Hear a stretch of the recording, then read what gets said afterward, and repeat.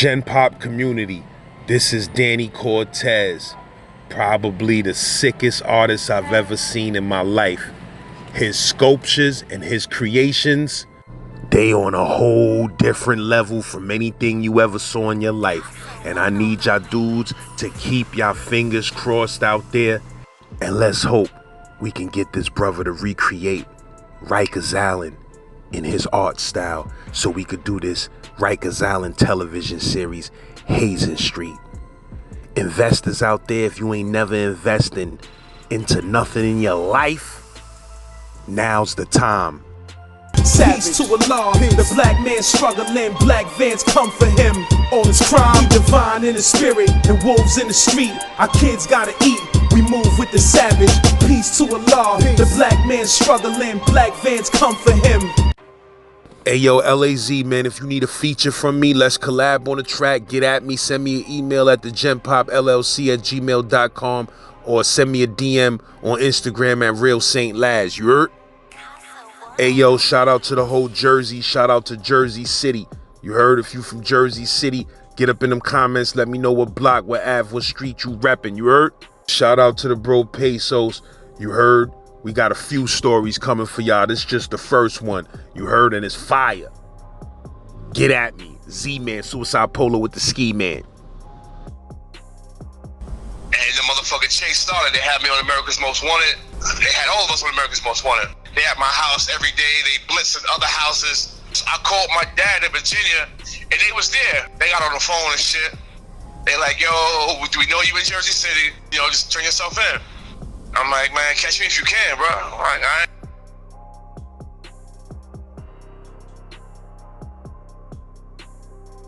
I'm gonna keep it a stack, motherfucking, you know, we was outside, you know what I mean? We was in the mix, and niggas had went in the gun store to get a clip for a motherfucking tech that we had, but that we couldn't get a clip to, so we go on the spot. Somebody another gun store referred us to that gun store, so we go on the spot and to see how it's laid out, how sweet it is. Niggas looked at each other like, yo, bro, we gonna hit this shit. You know what I'm saying? This is me, and I got 3 co-defendants. Niggas go up in the spot and shit. We see how sweet it is. Niggas start plotting, start laying it out, start watching this shit from across the street, type shit, timing the motherfucking traffic lights. We timing what time he opened. I'm talking about. I'm on this motherfucker, I'm watching this dude like a hawk, you know what I'm saying? It was a group, it was a collective thing, but more so, it was me, you know what I'm saying? With the whole plot and it's making sure everything was going the way it was fucking supposed to go. And the morning that we said we was gonna hit the spot, it was a lot of factors on why I shouldn't have did it, like, you know what I'm saying? Because I got a few simple rules when it comes to this robbery shit. I mean, I was never really no hustler nigga, I didn't really sell drugs like that. I mean, I'll fucking jack a nigga in a second though, you know what I'm saying? That was my thing. I'd rather watch you hustle and then rob you after you get done doing what you're doing, like, you know what I mean? So that was my hustle. But, so when the morning came that we supposed to hit the lick, you know what I mean? And one thing I always stand by, if a nigga asks me, am I sure? I don't give a fuck, we about to go drill something, steal something, whatever. But nigga asks me, are you sure you good? That's abort mission, you know what I mean? And the nigga Randy asked me, like, yo, you ready? And I instantly looked at the nigga like, abort mission in my mind, but I jumped the gun, you know what I'm saying, moving off impulse and not logic. I mean, we did the shit anyway, you know what I mean? It wound up costing me 10.5 years of my life in the feds, I mean.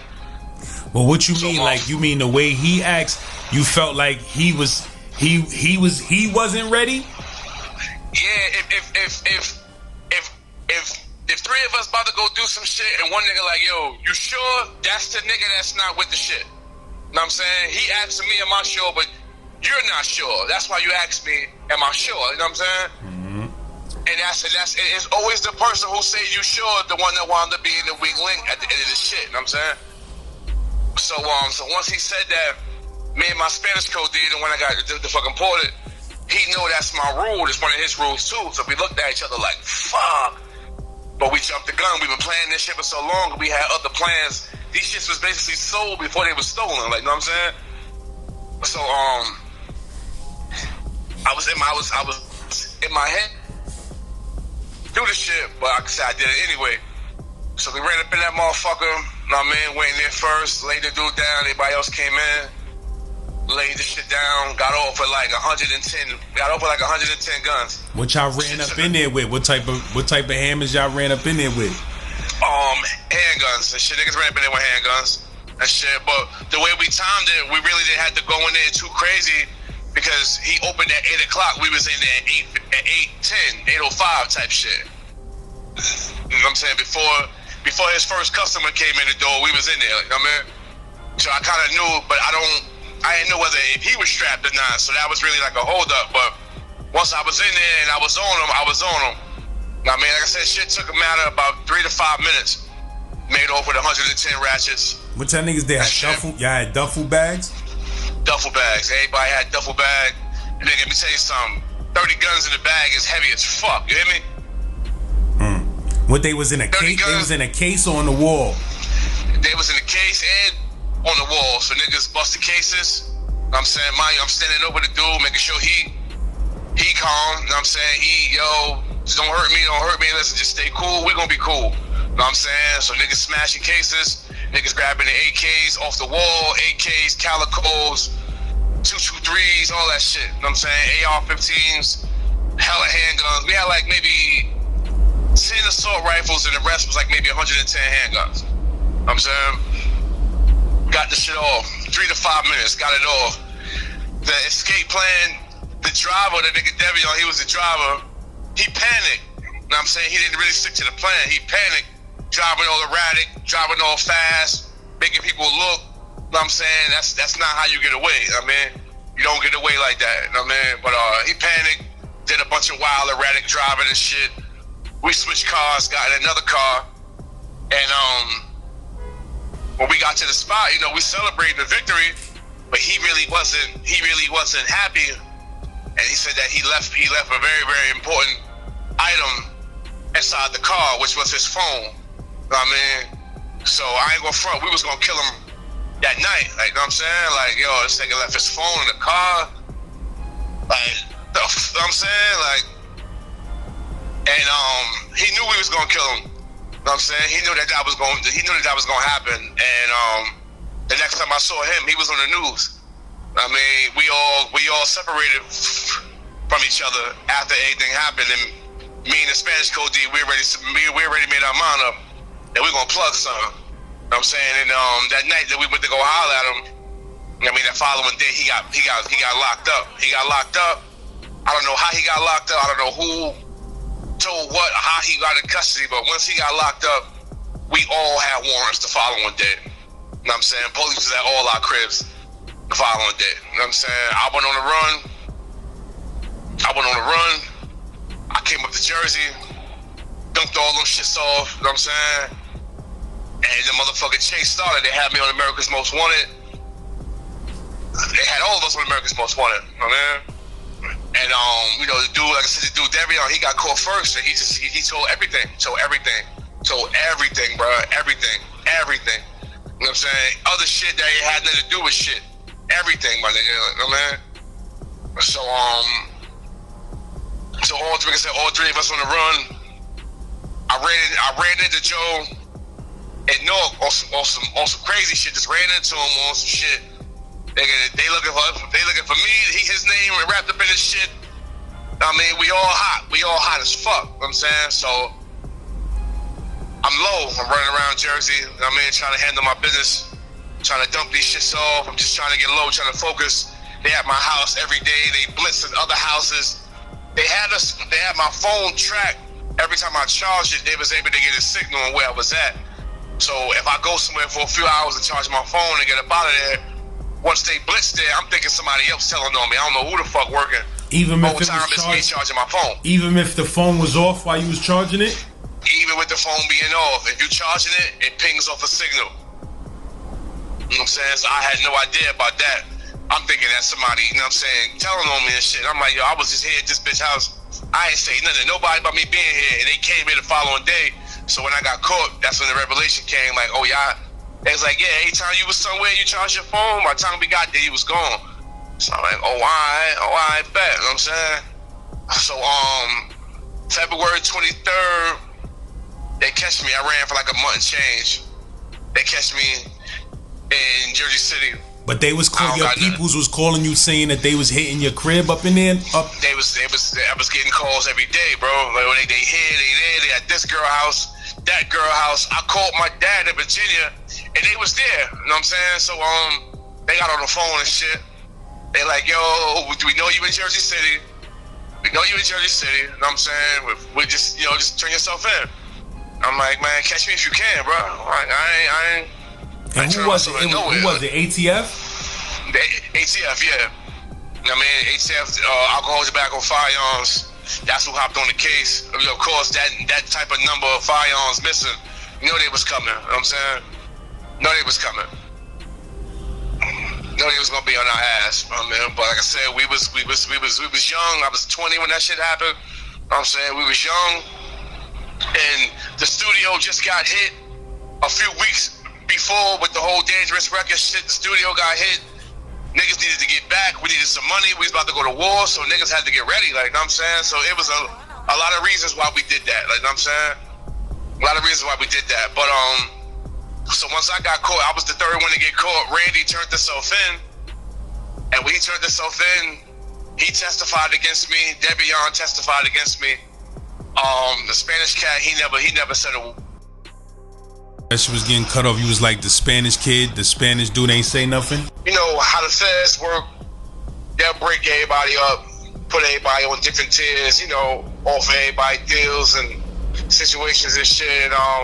Being that he knew he was gonna get fucking ported, he knew it was pointless for him to do or say anything. Like, you know what I'm saying? If I don't say nothing, I'm gonna get deported. If I say something, I'm gonna get deported. So, you know what I mean? It was one of them things.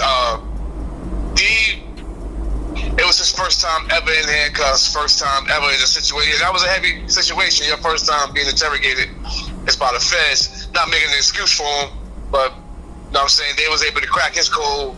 And Randy, the situation with him, he had a lot of previous felonies, a lot of previous convictions. And the feds, your previous convictions is what can get you more time and different category and everything, you know what I'm saying? So he was looking at a lot of time, more so than all of us. But he testified on me, put a murder on D, and still got 15. You know what I'm saying? So I was like, fuck you do it for? Like, you know what I mean? And the kid, that murder stuck with him? Right now, Devion and Randy is best friends. Mind you, I'm not from Virginia. I moved down there from Jersey City after my mom's had passed away. And I met one of them inside the hospital. These are the first niggas that I befriended when I got down there. Just so happened two of them was from up top, and the Spanish cat, he lived in Cali, but he from Costa Rica. So, these were the first dudes I met. I was vulnerable. I just lost my moms. I'm coming to a new state. I meet these dudes. We on the same type of time. I thought we had something. Like, I thought we was, I thought we was family. That we was bonded, But Randy and Deep was best friends for years before I got down there. Like, kids, godfathers, and all type of shit. And I guess Randy felt like to pay D back for putting, for telling him us for the robbery, let me put a murder on him. And the murder that he put on him was something that D didn't even do. Like, you know what I'm saying? So it's like, like, damn, bro, like, that's how you want to get a nigga back instead of coming home and we handling it out here. You want to put a murder on a nigga? Like, that was mind blowing right there. But and he was convicted. He wanted to get home. He was convicted of that murder? Yeah, D right now is doing. He had 9 in the feds. He did his 9 in the feds. And the day he got released, the state took him for the murder. Now, what happened with that? Randy put the murder on D in 05. But being that it was a state case, the feds can't give you brownie points for something that the state gonna give you, just like the state can't give you brownie points for something that the feds gonna give you. You know what I'm saying? So they tricked him. You go in there thinking that you gonna get out ASAP. You put the body on, bro. They didn't convict. They didn't even charge, bro, with the body till after he was done with his federal time. So he did his 9 years, came home. Then they put the murder on him and had to do the investigation. He didn't get sentenced. He did 9 years. The case went on for about 2 years. So Randy wound up doing 11 and a half years over 15-year sentence because he got the time back when D got sentenced 11 years later. Like, you know what I'm saying? So his dumb ass went in there. They done worked him. he thinking that he gonna get out early ASAP. Nah, you gotta wait till he do his time first, then go through the promotions before you get your time off. Stupid. So you do 11 and a half, 12, you might as well kept it tall, been a man, and came home with fucking 15. You know what I mean? You're gonna do 13 or 15 anyway. And you said one of them is still locked up? You said he locked up right now, yeah. So for that murder out of Chesterfield County, they gave him 47 years, bro. And it broke my heart. I don't give a fuck whether he a rat or not. It broke my heart seeing a man do time for something I know he ain't do it. You know what I mean? It's crazy. Something I know he ain't do. So, I had a conversation with him before he got sentenced. I mean, his mom reached out to me. This is after we all was home. I mean, his mom reached out to me and was like, you know, he wanted to talk to you. I mean, I had to forgive him. Like, no, man, I had to let that shit go because I was home. I did my time. I had to let that shit go because there's other blessings that I need to get. You know what I'm saying? And holding on to that wasn't really getting me nowhere. So when he called me, I mean, I gave his mom the number. He called me. You know what I mean? He was like, yo, I want to apologize, bro. Like, I did some fuck shit. You know what I'm saying? But I ain't fabricating. I ain't lying on nobody. These is lies, bro. I didn't do this. Like, you know what I'm saying? And niggas know I ain't do this. You know what I mean? And I felt it in his voice. Like, that was like, you know what I mean? That's what's going to hurt him the most, is the fact that he's in there for the rest of his life for something he ain't doing. But it's also karma, because it's like you tell on niggas and then niggas fucking told on you. You know what I mean? But I don't approve of that. I ain't approve of that snitch for snitch shit. Nah, he told, okay, we're going to do our time, and when we come home, we'll all get right. Like, you know what I'm saying? Period. But to motherfucking snitch on him because he snitched on you, nigga, that ain't what's up. On no level. I mean, on no level was that cool. And Randy will forever be a fuck nigga for that. You know what I mean? Forever will be. So I get down to jail. You know what I mean? They catch me in Jersey. They expedite me back down to Virginia. I get down to jail. You got niggas in the county jail trying to jump on your case. Mind you, I'm the out of town dude. So how a lot of these South states are, a lot of these states, period. If you're from out of town, you basically food on the platter. I mean, niggas don't got no ties to you, so snitching on you wouldn't be a problem because niggas don't fuck with you like that anyway. You know what I mean? So it was a bunch of Richmond niggas trying to jump on my case, trying to get me to, you know what I mean, sell them guns and all type of stupid ass shit. That was the scariest county jail I've been in my life. Not because niggas is on some tough shit, but because niggas is on some snitch shit. What you mean? Dudes was trying to approach you like you was the plug for the hammers while you was in there? Right. Yo, sell me 10 joints. I have my man meet you out. Have my man meet your girl. And, you know what I'm saying? Boom, boom. So one day I go on visit. I got a celly. My celly was from Camden, New Jersey. Nigga named Jay. So I come on visit. He scruffy. He bleeding and shit. I'm like, yo, the fuck is up? He like, yo, I came in the room. And it was a nigga on the 10 named Clarence Bowden, old head fiend out of fucking Richmond. He was like, yo, the nigga Clarence was in our room going through your mail. Going through my mail. Fuck you mean going through my mail? He like, yo, brother, nigga was in here. We just got into it and shit. Nigga headbutted me. Got me bleeding and shit. Like, he was in my mail. So by the time I go down to his room, I'm about to go press this nigga. The police taking him out. So I'm like, wait a minute. So now I'm going through my mail, trying to figure out what the fuck is missing. You know what I'm saying? I got hella mail, and I don't know what's missing, but he was in here looking for something. I don't know. So fast forward maybe about a month later, you know, you sign up to go to Bible study, Jumar Church, and we going to Bible study. You just sign up just to get the fuck out the fucking unit. So they like, yo, they doing construction the way that we usually go. We had to go through another way, through another little like back way. So we going through the back way. I'm in the back, and I'm the very last person. It's like 15 of us going. The niggas in the front like, look at Clarence bitch ass in here snitching. It's like a little room with a window. I get to the window. The nigga Clarence in there talking to the two lead detectives off my case. So I bang on the window. Boom, boom, boom. Bitch ass nigga. They see me. Oh shit. His face changed. Everything shut down. I couldn't make a phone call. My PIN number was shut down. I couldn't do nothing for like 72 hours. So now I'm fucking tripping. What the fuck was this nigga doing? He was in my mail doing something, and now he talking to the detectives from my case. He working it on me in some way, but I don't know his angle. You know what I'm saying? So I call home to my fucking lady at the time, rest in peace. I call home. She like, yo, I got a subpoena in the mail to come to court down in Richmond. Like, what? She like, yeah. My other little homegirl who had busted plays for me, I call her. She like, yo, I got a subpoena. A subpoena? Wait a minute. For what date? It's the same date as my lady's subpoena. So what he did was he went in my mailbox and took 2 photos of 2 different females. My lady and another shorty who was holding me down. He told them that his girl met with one of these 2 women to buy guns from. So he had them come down from court and all this shit. The girl wound up breaking. I told my lawyer, listen, he never met them girls at all. One name was Fia and one name was Red. Now, the girl that was named Red, she was dark-skinned and Fia was light-skinned. He thought Red was the light-skinned one and Fia was the dark-skinned one. So that's what he fucked up at. Now, I mean, he had their names confused. You know what I mean? And she wanted to break it down, understand, okay, he put me up to it, he lied, da da da da. But that's just going to show you what type of time and what type of lifts niggas are go to get some time off, my nigga. Like, know what I mean? Nigga, go in your mailbox and lie, put a whole fucking story together. And they went with it. Like, they went, like, at that time, my shorty, she works for Newark Airport. Imagine you at the airport or the checkpoint and 10 cops with ATF jackets come and say they want to talk to you. You know what I'm saying? So they fired her and everything. She lost her job and all that behind that. Why I'm getting her job back? But just to cause mischief, that's how they came. Like, you know what I'm saying? You know what I mean? So it was that. It got to the point, swear to God, Officer Young, she used to bring me the newspaper like, yo, your article was in here. Cut it out. Because they give up a lot of information in the paper and these guys can make a story up.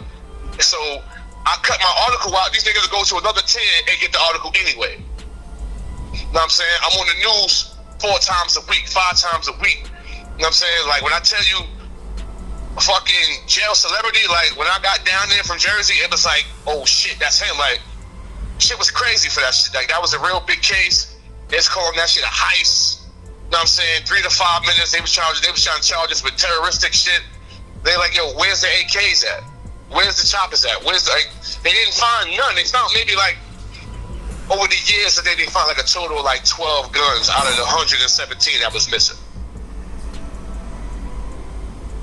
So I have a public safety ordinance on me. If I want to go to Virginia right now, I gotta call them and let them know I'm coming and let them give them my whereabouts and where I'm going and all that goofy shit. Because they haven't recovered anything. So they think I'm going down there to get right. You know what I'm saying?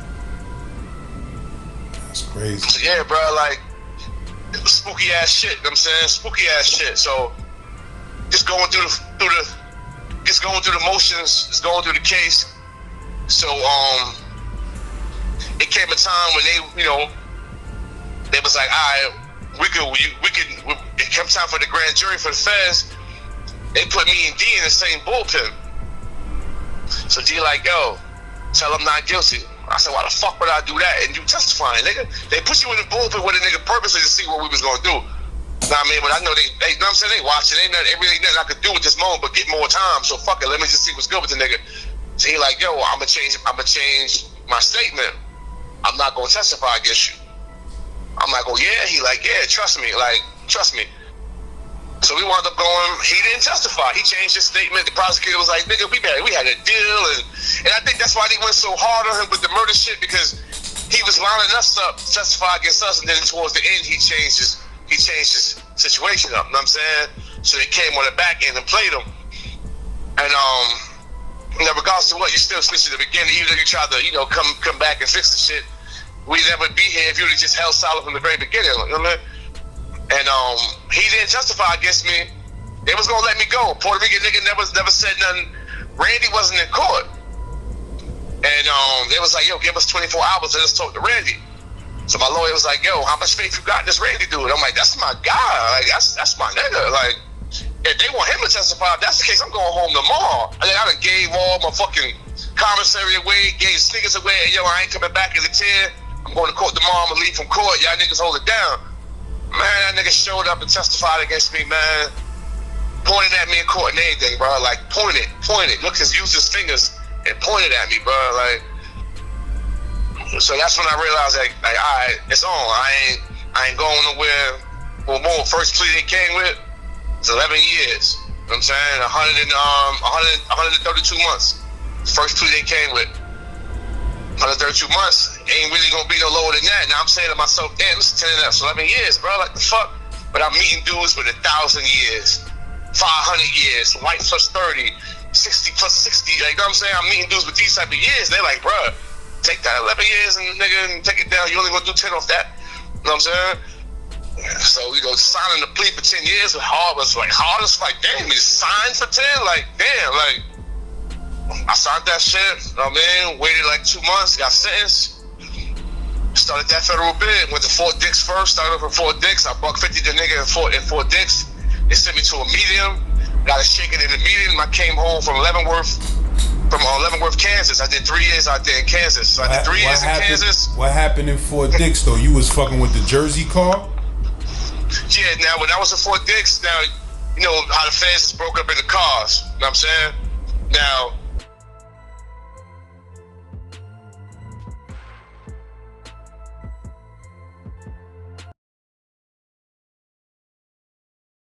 Peace to Allah, the black man struggling, black vans come for him. All his crime, he divine in the spirit, and wolves in the street. Our kids gotta eat, we move with the savage. Peace to Allah, the black man struggling, black vans come for him. All the time, he divine in the spirit, and wolves in the street. Our kids gotta eat, we move with the savage. Hey yo, LAZ, man, holla at me if you need those features. You heard, collab with me on the song. I got beats too, that's fire. You heard, if you a rapper, you a producer, you want to put in that music work with me, get at me. You already know I got that promo on Instagram and YouTube. Get that collab and that promo for one great price. You heard, send me an email at thegenpopllc@gmail.com or hit me up on Instagram. Send me a DM at Real Saint Laz. Yurt. Hey yo, I'm Fab, focused on understanding life. This is Gen Pop TV, and these are the 5 Brooklyn albums you better be streaming. 1. Smith & Wesson, The Shining. 2. Jay-Z, The Dynasty. 3. MC Lyte, Eyes on This. 4. Big Daddy Kane, Long Live the Kane. 5. B.I.G., Ready to Die. And yo, make sure y'all check out that Truth Beyond These Walls podcast by my bro Truth Parker, currently incarcerated in Virginia.